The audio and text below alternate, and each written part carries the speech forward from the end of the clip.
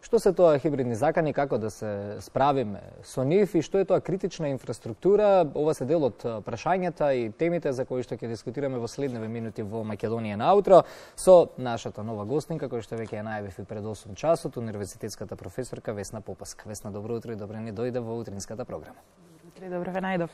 Ајде почнуваме прво да објасниме малку по-детално што е тоа всушност критична инфраструктура и што се тоа хибридни закани, за да и дадеме вовед во целосната тема за која што разговараме во продолжение. Благодарам, Ване. Хибридните закани се збор кој многу често го слушав изминатиот период, почесто отколку критичната инфраструктура, иако веројатно би требало да е обратно, затоа што практично заштитата на критичната инфраструктура е еден од темелниците на справувањето со хибридните закани како такви. Хибридните закани се многу употребуван, но малку разбран збор во последниот период кај нас, за жал, или барем тоа е мојот впечаток, затоа што тие како термин не се нови. Значи, накратко само еден историски осврт кон она што представуваат хибридни закани. Тие се препознаени како опасност со концептот за стратешка команда на НАТО уште во 2010 година. Официјално како доктрина на Русија тоа е препознаено преку така наречената доктрина на Валери Герасимов. Иако тоа не е доктрина, туку е некоја кованица врз основа на еден артикал кој тогашниот началник на руската армија го објави во 2013 година. Генерално под хибридни закани се подразбираат сите оние неконвенционални начини на освојување на стратешки цели, значи не воената моќ. Дури и некаде се спомнува дека идејата на доктрината на Герасимов е соодносот на воени и невоени средства да биде 4:1 во полза на невоените средства.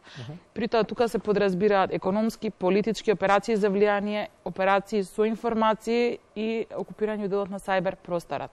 Ова исто така не е нова. Значи Герасимов не измисли нова доктрина, туку практично надгради доктрината на Примаков, кој беше дел од кабинетот на Елцин на времето и претходно практично практиките на руските разузнавачки служби. Но овие тактики или овие активности се препознаени и од другите земји во нивните национални доктрини. Затоа што концептот на DIME, Diplomacy, Information, Military и Economy, односно дипломатски, информацијски, воени и економски средства, како средства за остварување на стратешки цели се препознаени исто така и во документите на САД и во сојузниците. Но, генерално, кога зборуваме за хибридни закани, зборуваме за заканите кои доаѓаат од Русија, од Кина и пред се од државни и од недржавни актери. Да, најчесто се државни актери кога зборуваме за ваков тип на активности, на тоа мислиме, но може да се од недржавни актери кои исто така сакаат да постигнат определено влијание, затоа што практично концептот и на војната, но и концептот на поларитетот глобален е прилично променет. Тоа започна со падот на Берлинскиот зид, преку падот на голите близначки, до сите оние настани кои се случува изминатите 20 на години, тероризмот, ИСИС, значи има подем на улогата на недржавни актери кои исто така ги користат хибридните закани како алатка за остварување на определена цел или определена моќ. Каде лежи тука проблемот? Лежи во тоа што меѓународното право како такво прво не ги препознава недржавните актери како субјект, тие се уште само објект на меѓународното право, бидејќи тоа е поставено за да ги регулира односите помеѓу државите и да регулира употребата на сила. Овој дел на невоени средства не влегува во делот на односи меѓу државите кои подразбираат непријателски активности. Да, регулирани се поопшто со помеки документи, нели, декларација за пријателски односи меѓу државите, така натаму, но генерално се под прагот на што се нарекува воена активност или употреба на сила која би можела да провоцира определена реакција на самоодбрана. Сајбер димензијата е клучни технолошкиот напредок, се клучниот момент зашто се овие закани толку изразени денес, бидејќи како такви, како хибриден момент, постоеле и предходно, значи имало и предходно економски операции, имало и предходно информацијски операции, но не биле толку изразени. Интернетот и технологијата дадоа сосема нова димензија. Кога зборуваме за хибридни закани, има цела палета на активности кои се и воени, и економски, и информацијски, и дипломатски, но не се толку видливи, се синхронизирано упатени. И сега, во тој дел, таа листа на активности кои би можеле да се превземат за оно што го зборуваме како доктрина на Герасимов, постојат различни операции, постојат и економски операции, постојат и воени, постојат и практично уфрлање во мировни мисии, постои цел сет на активности кои делува во креирање на јавното мислење, но исто така и во насока на рушење на влади кои не се проруски ориентирани.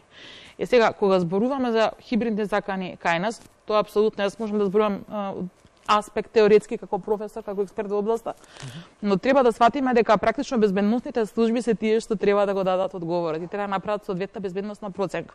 Ние некако многу бурно реагираме, веднаш се бара политичка одговорност, а не ја гледаме целата позадина. Дури слушнав една дегутантна изјава на политичар пред неколку дена кој практично бара одговорност од Министерство за одбрана и од овај од претходната затоа што не успешно се справила со хибридните закани, веќе 4 години веќе поминале. Ние се уште се справуваме со хибридни закани.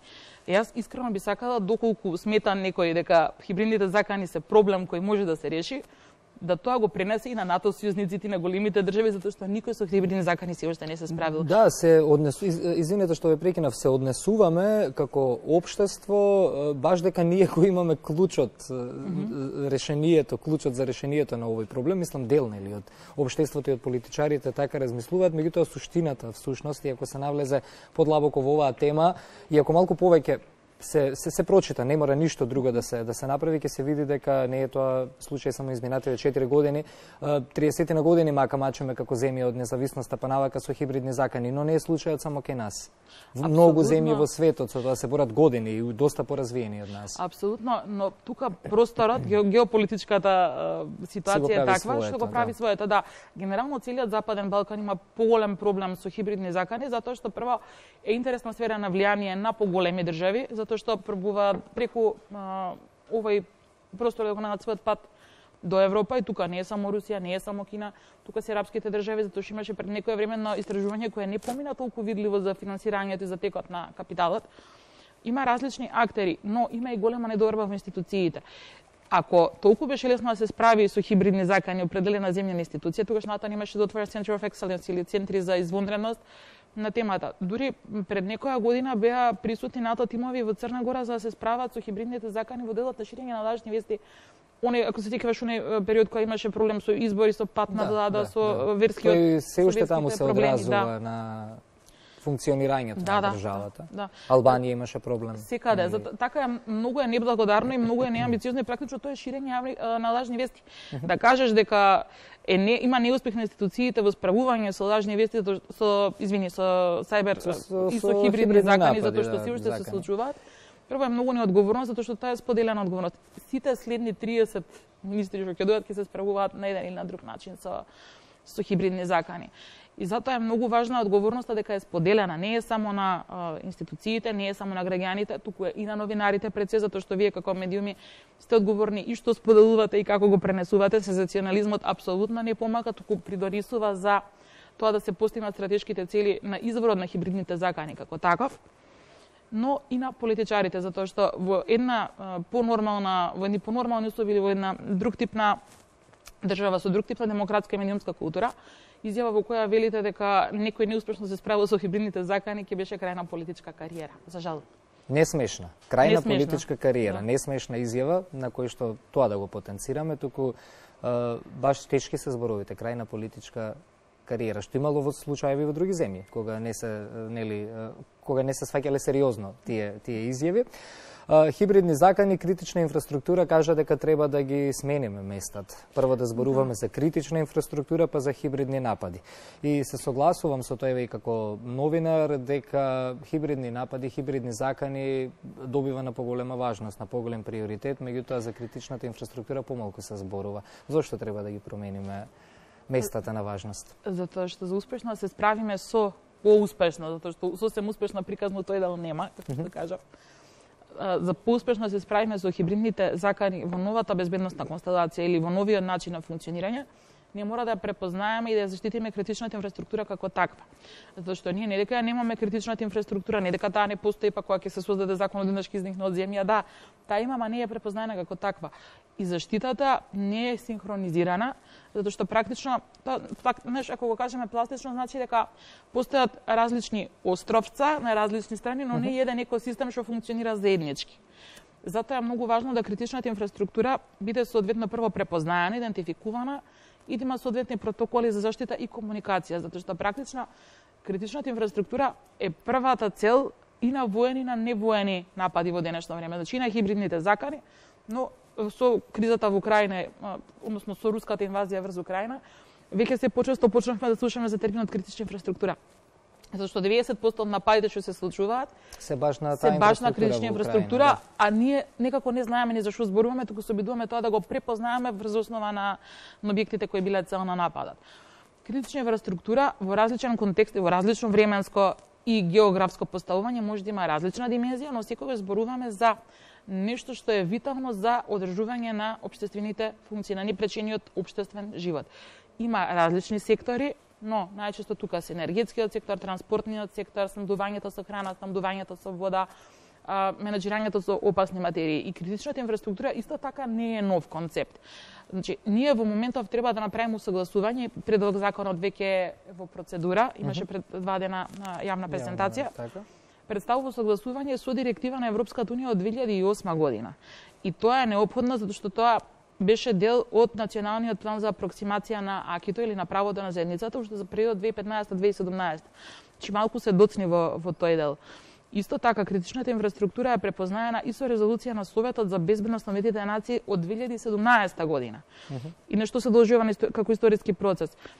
Европската унија како таква го отпочна процесот за директивата за заштита на критична инфраструктура по нападите во Мадрид, во Лондон и во други европски градови. Зборуваме за терористички напади вообичаено што беа во делот на транспортен сектор, автобуси, метростаници, метропревозници и така натаму. Ова се историски процеси кои се канализираат и кои практично нормата како таква или критичната инфраструктура како нормативна категорија произлегува од променетата безбедносна средина и од потребата да се даде одговор на тие прашања. Секако, ако ја препознаете критичната инфраструктура како таква, ќе ги препознаете и ранливостите кои не се толку очигледни, затоа што три клучни моменти се важни за заштита на критичната инфраструктура. Interdependencies или меѓузависностите помеѓу секторите, и тоа најмногу се одразува во делот на зависност од информатичкиот свет и не само на инфраструктурата, не само на хардверот, туку и на софтверот, затоа што практично ако сакаш да воспоставиш юрисдикција врз инфраструктура, можеш да воспоставиш нели како држава, како власт инфраструктура врз она што го гледаш. Врз објектите, врз градбите, врз каблите, врз интерконекторите. Но не можеш да воспоставиш юрисдикција врз сајбер просторот. Односно не можеш да воспоставиш юрисдикција врз интернетот, врз начинот на како протекуваат информациите. Тоа сега го гледаме практично со дојавите за бомби, затоа што е многу потешко да се лоцира трагата. Има начини тоа да се прикрие и така натаму. И тоа е така затоа што интернетот која беше воспоставен не беше измислен за да биде контролиран. Идејата беше друга. Така што тука процесите се многу поврзани. Вториот момент е сајбер димензијата во критичната инфраструктура, зашто во новите времиња критичните инфраструктури се позависни од овој дигитален свет за кој зборуваме. И третиот момент е така наречен aging или старење. Старење не е најсоодветниот збор, но практично критичната инфраструктура како што поминува времето се амортизира, техниката и технологијата се надградуваат и многу е тешко некогаш да ја усогласите заштитата, затоа што не секоја критична инфраструктура функционира да речеме со SCADA систем. Ние имаме како критична инфраструктура во Скопје би била браната матка која е скоро 100 години стара, така. Исто така би била критична инфраструктура и нешто што се гради на некоја трафостаница или некој поголем објект. Здравствениот сектор исто така е критична инфраструктура. Функционирањето 112, односно тоа го видовме со COVID-19, со пандемијата најмногу. Практично и од COVID-19, и од енергетската криза, и од војната меѓу Украина и Русија. Треба да излеземе со научени лекции, тие научени лекции практично треба да се преточат во делот на реформи во одбраната кој веќе се случува. И како дел од целиот тој сет Македонија во НАТО 2030 имаше подкомитет за критична инфраструктура кој практично го подготви првиот предлог закон за критична инфраструктура, кој верувам дека брзо ќе биде усвоен. Да, токму на јавната дебата истакна Весна дека првата цел што ќе се оствари со законот е дека ние ќе успееме да зборуваме со јазикот на нашите сојузници, односно ќе почнеме да ја препознаваме баш критичната инфраструктура како таква. Ова вака делува и оптимистички, веруваш во промени, веруваш и само да потенцирам и да додадам тука дека овој закон е една од ретките држави од регионот сме што немаме ваков закон за критична инфраструктура. Така колку што успеав да прочитам, може да ме коригираш. Да.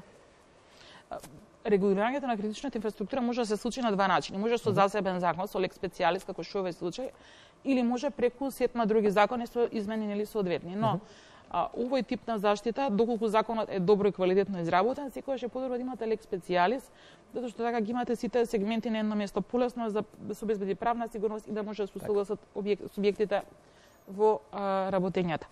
Така што ова ќе биде еден сериозен исчекор. И мислам дека не се работи за оптимизам, колку што се работи за потреба. Че ние мора да се прилагодуваме на времето кое доаѓа на неговите потреби, ако сакаме да функционираме. Исто е многу важно, и ова сакам да го потенцирам, дека во делот на справување со хибридни закани, одговорноста е примарно на државата. НАТО може да помогне како леноста, но одговорноста е примарно на државата. Тоа подразбира дека треба да изградите сопствена резилиентност, односно сопствена отпорност. Не е најсоодветен зборот отпорност или еластичност кој се употребува во македонскиот јазик од делот на што е резилиенс или резилиентност, затоа што резилиентноста како таква подразбира два сегменти. Едниот е дека општеството е отпорно на шокови или удари, значи ако се случи криза, дека ќе може многу брзо да се врати во првобитната состојба, а другото значење е дека сме отпорни практично на провокации и дека реагираме соодветно, дека знаеме да препознаеме лажни вести, дека знаеме да препознаеме определени закани или определени интенции. Тоа е многу важно и тука е многу важна и медиумската култура и медиумската писменост, затоа што само добро информирани граѓани може да бидат резилиентни. Добро е што ова, ако направиме резиме на ова година која што изминува, бидејќи ја спомена и медиумската писменост како таква, добро е што се повеќе се зборува исто така, но и се работи на медиумско описменување на населението, нешто кое што навистина и како општество ни е пропуст изминативе години, а сега тоа излегува на површина како недостаток, бидејќи за жал процентите велат дека многу мал дел од луѓето ги проверуваат изворите од каде се презентираат информациите, а гледаме многу лажни портали, многу портали без тим, без уредници и така натаму, што и кога ќе ги споиме работите, тоа е само една низа на работи кои што за жал ја прават целата оваа штета, но може да се констатира при крајот разговорот дека за сега штетата во однос на стравот на населението е направена. Се чувствува стравот не само во нашава земја, се гледа тој во целиот регион каде што има вакви хибридни закани во континуитет, па може ли да се каже на тој начин дека сега луѓето кои што ги адресираат овие напади кон државите успеваат во тоа и тоа може би уште повеќе ги охрабрува да продолжат така во иднина. Каде го гледаш решението, ќе ми биде прашањето на овој проблем? Апсолутно си во право и одговорот е комплексно, што колку што е комплексно и прашањето, но треба да имаме неколку работи на ум. Прво, ние сме навикнати да имаме доверба кон медиумите, затоа што сме пораснале во време кога имаше друг квалитет новинарската професија, кога се работеше само со проверени сервиси. Значи беше МТВ како национална телевизија, не беа толку достапни, беше покомплексен процесот до тоа да станете медиум и до тоа да станете новинар. Од друга страна, достапноста на интернетот го направи своето, информациите навистина брзо протекуваат и многу повеќе време треба за нешто да се провери или да се пренесе на соодветен начин. Но, уште едно но, треба да имаме на ум дека многу е важен делот во медиумската саморегулација, затоа што за да има балансирање помеѓу слободата на говорот, или што е член 10 од Европската конвенција, и безбедноста, и опасноста е цензура секогаш. Затоа мора да се изнајде соодветен баланс. Законската рамка за медиуми во земјава е генерално базирана на Законот за аудиовизуални уметности и Законот за медиуми. И практично со тоа се регулираат печатените медиуми, радиото и телевизијата. Електронските портали не влегоа во законската рамка и тоа беше практично препорака на меѓународната заедница, токму за да се спречи цензурата и да се возможи слободна мисла. Но повторно тој простор е злоупотребен и да, тоа започна некогаш многу наивно во смисла дека некој го гледа тоа како бизнес и дека може тоа да дојде од внатре, но некогаш е синхронизирано и доаѓа од надвор. Некогаш тоа е практично пак одговорност на политичките партии во обид да го пласираат сопствениот рейтинг и да го подобрат јавното мислење, исто така го злоупотребуваат просторот. Затоа улогата на вас како новинари тука е клучна. Бидејќи поголемиот дел од медиумската регулација е саморегулација. Значи една половина е овој дел што го спомнавме. Законската регулатива, но еден дел е саморегулацијата и советот на медиумите. Затоа е потребна будност, затоа е потребна ажурност и затоа верувам дека одговорноста и на читателите, и на гледачите, и на медиумите, но пред се на медиумите, за да може практично да научиме да го препознаваме она што е квалитетно и што е вистинско. Така. Наша обврска и должност како јавен сервис е да продолжиме да работиме во тој дух и се радуваме што нашите гледачи и граѓаните тоа го препознаваат и знам дека ќе останеме да служиме како пример како се пренесуваат проверени и точни информации. Весна, благодарам. Темата е навистина широка и обширна, но верувам дека опфативме дел од оние најактуелни сегменти, па тука го ја споменавме и јавната расправа за предлог законот. Секогаш ние навистина чест кога разговараме со луѓе како вас, бидејќи навистина можеме да извлечеме интересни и поучни одговори за гледачите. Благодарам многу за гостување. Благодарам.